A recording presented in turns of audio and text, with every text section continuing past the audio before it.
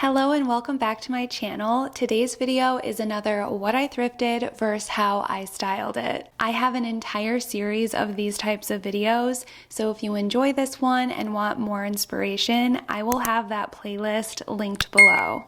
The first items I thrifted are these gorgeous framed prints. The first one looks like it was hand-drawn, and the second is a stunning watercolor painting. These are perfect for decorating around the house for spring and summer, but the frames were a little too yellow gold for my taste, so I'm going to show you how I give these frames a more antique finish. The first step with anything from the thrift store is to give it a thorough clean. For artwork, I like to clean both sides of the glass if I can. These both were pretty smudged up, so just a little window cleaner has already made such a difference. Now for the fun part. To give the antique effect to the frames, I'm using an acrylic paint in the shade Raw Umber and Rub and Buff in Antique Gold. This frame is really nice because it has a lot of little grooves, so I'm taking that dark brown paint with a paintbrush and making sure to really get in each and every one, so when we go over the top with our Rub and Buff, we'll still be left with that darker aged look in the grooves and in the corners. And when the dark brown layer is dry, I went in with a paper towel to spread the Rub and Buff over the top of the ridges. I'm making sure that I'm not pressing down too hard so that dark brown paint can really come through and give those grooves more dimension and that aged look we are going for.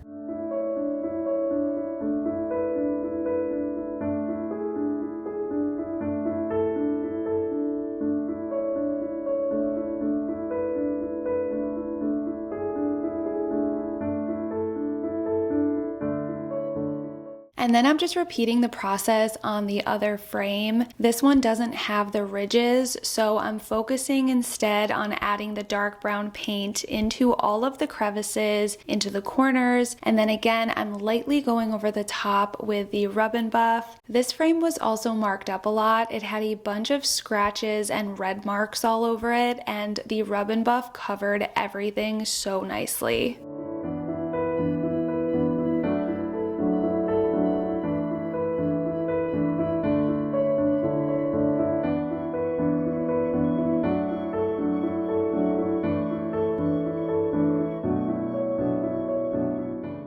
It's Monday, and that means my weekly Home Chef order has arrived. During the week, the last thing I want to think about is what's for dinner, and that's why I love using Home Chef. Home Chef makes dinner time easy with fresh, pre-portioned ingredients and step-by-step recipes delivered right to your door. What I'm going to be making tonight is this lemon garlic butter trout. I am so bad about trying new types of fish. My husband loves trout, so when I saw this on their options for the week, I was really excited to try it. When I was planning dinners, I found myself making the same recipes over and over, so I love that Home Chef has a rotating menu with more than 20 new recipes added every week. Another bonus is the bag doubles for easy and quick cleanup, and the meals are designed for minimal prep, which means a home-cooked meal without all of the time or cleanup. So if you are ready to make dinner time a whole lot easier and tastier,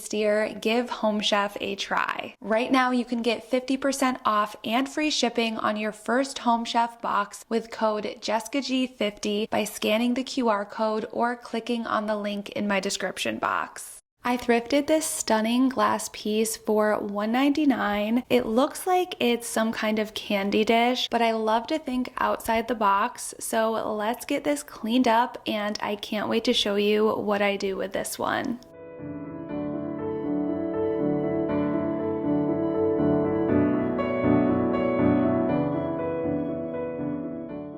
We are knocking something off my bucket list today. I've always wanted to make my own candle, and now that I have the perfect vessel and it's all cleaned up, I wanted to show you what I picked up for this. Everything is from Hobby Lobby. So the first thing I got was some soy wax flakes. I'm pretty sensitive to candles and I figured soy is a little healthier, and everything was on sale, which was really convenient. I decided to go with these wood wicks because I love wood wick candles. I love the little crackling. So comes with the little base piece and several of the sticks. For this size vessel, I think I'm just gonna go with one wick and kind of see how that goes. Another thing I wanted to add was scent, because let's be real, that's the best part of burning a candle. So I wanted to get something very like springy. They had so many different types of scents, but I went with the lemon lavender just because I figured it would be best for the season. And then finally, just for a little topper, I got these red rose petals. Thought that would look really pretty just for looks. To start, we are going to melt our wax. The easiest and cleanest way to do this is with a wax melter that doubles as a kettle, but we're just working with what we have today. So I filled one of my pots with water and added a glass bowl inside to create a double broiler, kind of like what you would do if you're melting chocolate on the stovetop. For the wax, I ended up just eyeballing it, but I wanted to add more than I thought I would need just so I didn't have to go through the melting process again. I ended up using the perfect amount somehow, but you can always reuse the leftovers after the wax resets.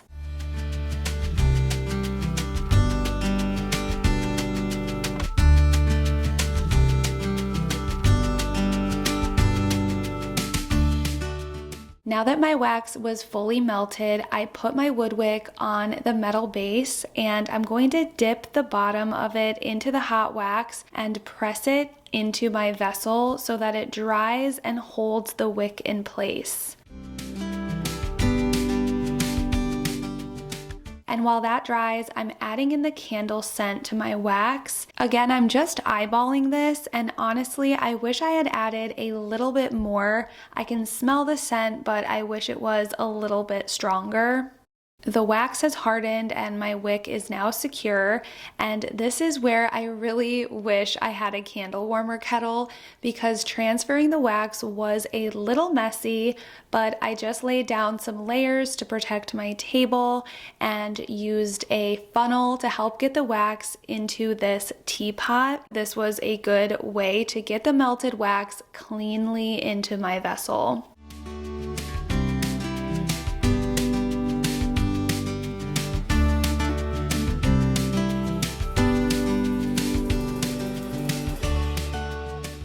So if you don't want to invest in a candle making kettle, you see here that it does make just a little mess, but it's really nothing too crazy. So if you're just playing around with the idea of making your own candles, I think you can work with what you have.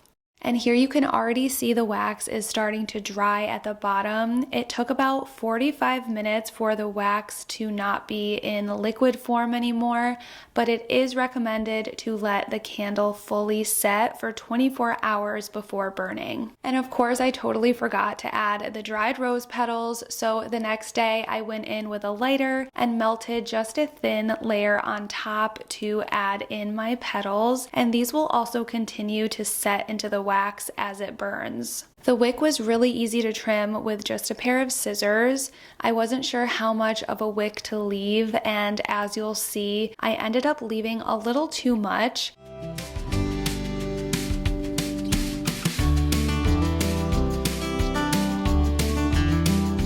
When I lit the candle initially, the wick kept burning out, but as you see, it reached the wax and stayed lit and started making those crackling wood wick sounds that I love. I think this was the perfect way to style this thrift find. I love the organic feel that the rose petals add for spring and summer, and I'm just so inspired to see what other thrift items I can turn into candles, especially for fall and winter. And as always, I saved the best for last. This piece was $7.99, and honestly, as it looks now, I don't think it's worth that much. But I saw the potential for this piece. There is so much that you can use a large pedestal bowl like this for, so let's give this a much needed makeover. I'm starting with this satin white paint and primer. I gave this about 2 or 3 coats and each layer dried pretty quickly, so this step didn't take much time at all.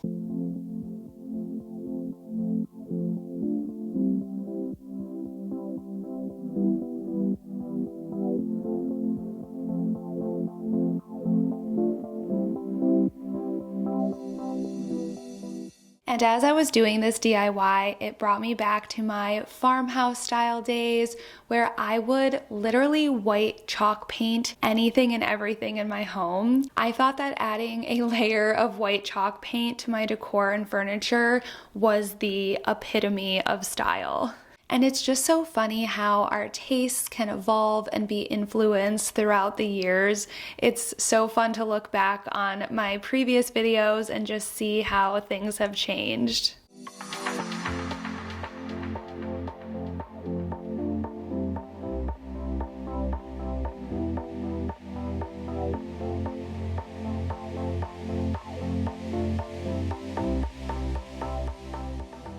I love finding cute napkins at TJ Maxx and Marshalls, and if you watched my Christmas DIY where we decoupaged napkins to decorate champagne bottles, that is kind of the idea that I'm going with here. So I'm cutting out my design and separating the layers. There is usually 1, but more often 2 very thin layers that will make up your napkin.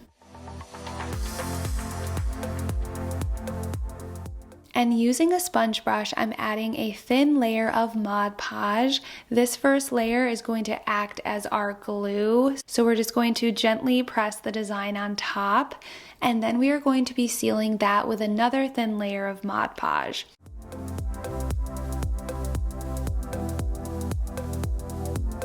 And for the top layer, you want to make sure to tap the brush and not pull. The design is very thin and fragile, so just work slowly for this step.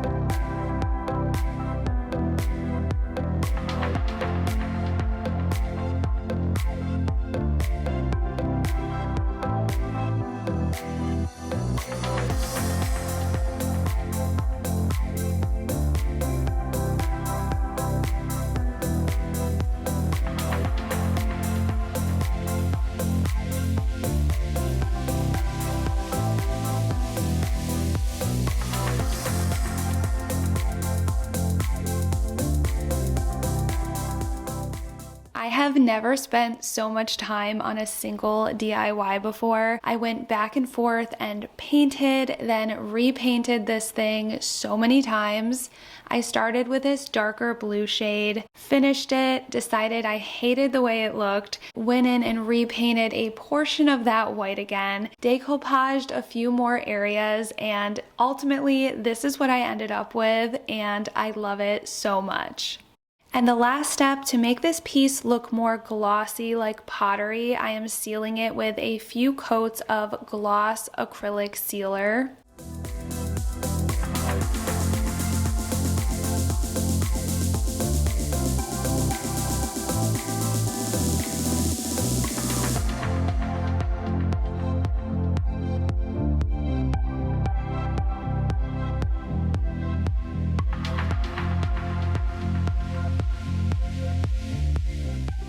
And to style for spring, I love using real flowers. It just gives such a cottage feel to my space, which I love, especially for spring and summer. I'm thinking as we get into summertime, I'll bring back out my big brass juicer and then maybe add some lemons in here. I think that's going to look so cute against all of the whites and blues. So even though this was very time consuming, this DIY was so worth it to me in the end.